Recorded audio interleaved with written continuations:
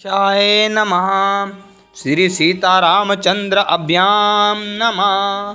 श्री महर्षि वाल्मीकि परिणीत श्रीमद् वाल्मीकि रामायण बालकांड 66वां सर्ग।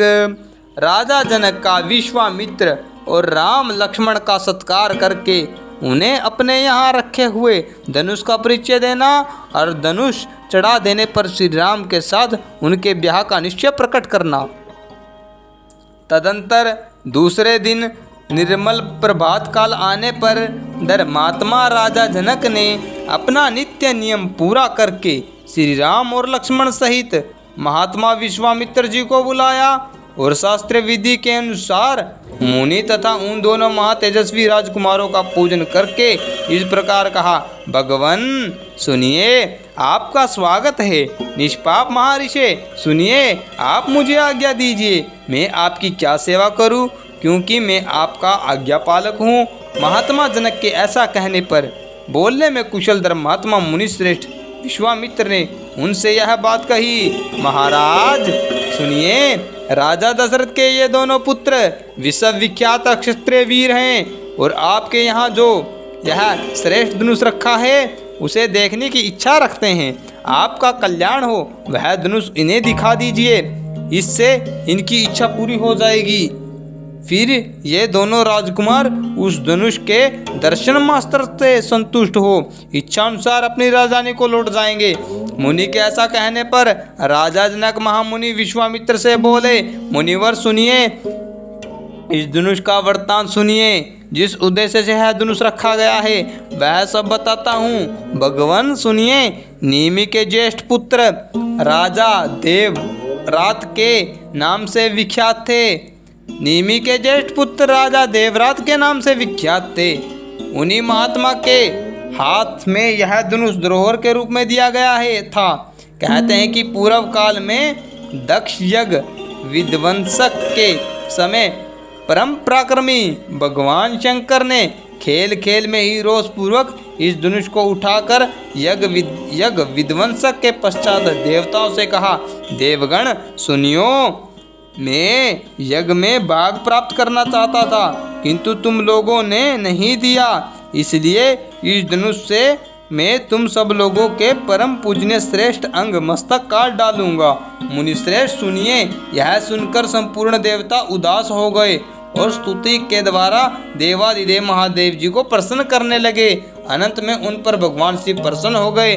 प्रसन्न होकर उन्होंने उन सब महातेजस्वी महामनस्वी देवताओं को यह धनुष अर्पण कर दिया।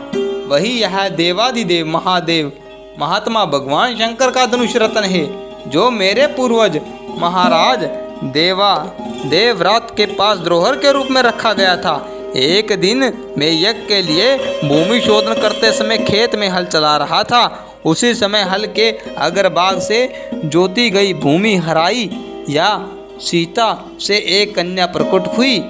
सीता हल द्वारा खींची गई रेखा से उत्पन्न होने के कारण उसका नाम सीता रखा गया। पृथ्वी से प्रकट हुई वह मेरी कन्या क्रमश बढ़कर सयानी हुई और अपनी इस अयोनिजा कन्या के विषय में मैंने यह निश्चय किया है कि जो अपने पराक्रम से इस धनुष को चढ़ा देगा उसी के साथ मैं इसका ब्याह करूंगा। इस तरह इसे वीर्य शुल्का पराक्रम रूप शुल्क वाली बनाकर अपने घर में रख छोड़ा है। मुनिश्रेष्ठ सुनिए, भूतल से प्रकट होकर तीनों दिन बढ़ने वाली मेरी पुत्री सीता की कई राजाओं ने यहाँ आकर मांगा, परंतु भगवान सुनिए, कन्या का वर्ण करने वाले उन सभी राजाओं को मैंने यह बता दिया कि मेरी कन्या वीर्य शुल्का है। उचित पराक्रम प्रकट करने पर ही कोई पुरुष उसके साथ विवाह करने का अधिकारी हो सकता है। यही कारण है कि मैंने आज तक किसी को अपनी कन्या नहीं दी। मुनिपुगव सुनिए। तब सभी राजा मिलकर मिथिला में आए और पूछने लगे कि राजकुमारी सीता को प्राप्त करने के लिए कौन सा पराक्रम निश्चय किया गया है। मैंने पराक्रमी जिज्ञासा करने वाले उन राजाओं के सामने यह शिव जी का धनुष रख दिया, परंतु वे लोग इसे उठाने या हिलाने में भी समर्थ न हो सके। महामुने सुनिए, उन पराक्रमी नरेशों की शक्ति बहुत थोड़ी जानकर मैंने उन्हें कन्या देने से इनकार कर दिया। तपोधन सुनिए, इसके बाद जो घटना घटी उसे भी आप सुन लीजिए। मुनि परवर सुनिए, मेरे इनकार करने पर ये सब राजा अत्यंत कुपित हो उठे और अपने पराक्रम के विषय में शांस अपन हो मिथिला को चारों ओर से घेर कर खड़े हो गए और मेरे द्वारा अपना तिरस्कार हुआ मानकर उन श्रेष्ठ नरेशों ने अत्यंत रुष्ट हो मिथिलापुरी को सब ओर से पीड़ा देना आरंभ कर दिया। मुनिश्रेष्ठ सुनिए, पूरे 1 वर्ष तक वे घेरा डाल रहे।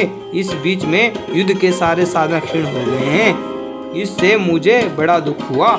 तब मैंने तपस्या के द्वारा समस्त देवताओं को प्रसन्न करने की चेष्टा की। देवता बहुत प्रसन्न हुए और उन्होंने मुझे चतुर्गणी सेना प्रदान की। फिर तो हमारे सैनिकों की मार खाकर वे सभी पापचारी राजा जो बलहीन थे अथवा जिनके बलवान होने में संदेह था, मंत्रियों सहित भागकर विभिन्न दिशाओं में चले गए। मुनिश्रेष्ठ सुनिए, यही वह परम प्रकाशमान धनुष है। उत्तम व्रत का पालन करने वाले महर्षि सुनिए, मैं उसे श्री राम और लक्ष्मण को भी दिखाऊंगा। मुने सुनिए, यदि श्री राम इस धनुष की प्रत्यंचा चढ़ा दे तो मैं अपनी अयोनिजा कन्या सीता को इन दशरथ कुमार के हाथ में दे दूँ। इस प्रकार श्री वाल्मीकि निर्मित अर्ष रामायण आदि काव्य के बाल कांड में 66वां सर्ग पूरा हुआ।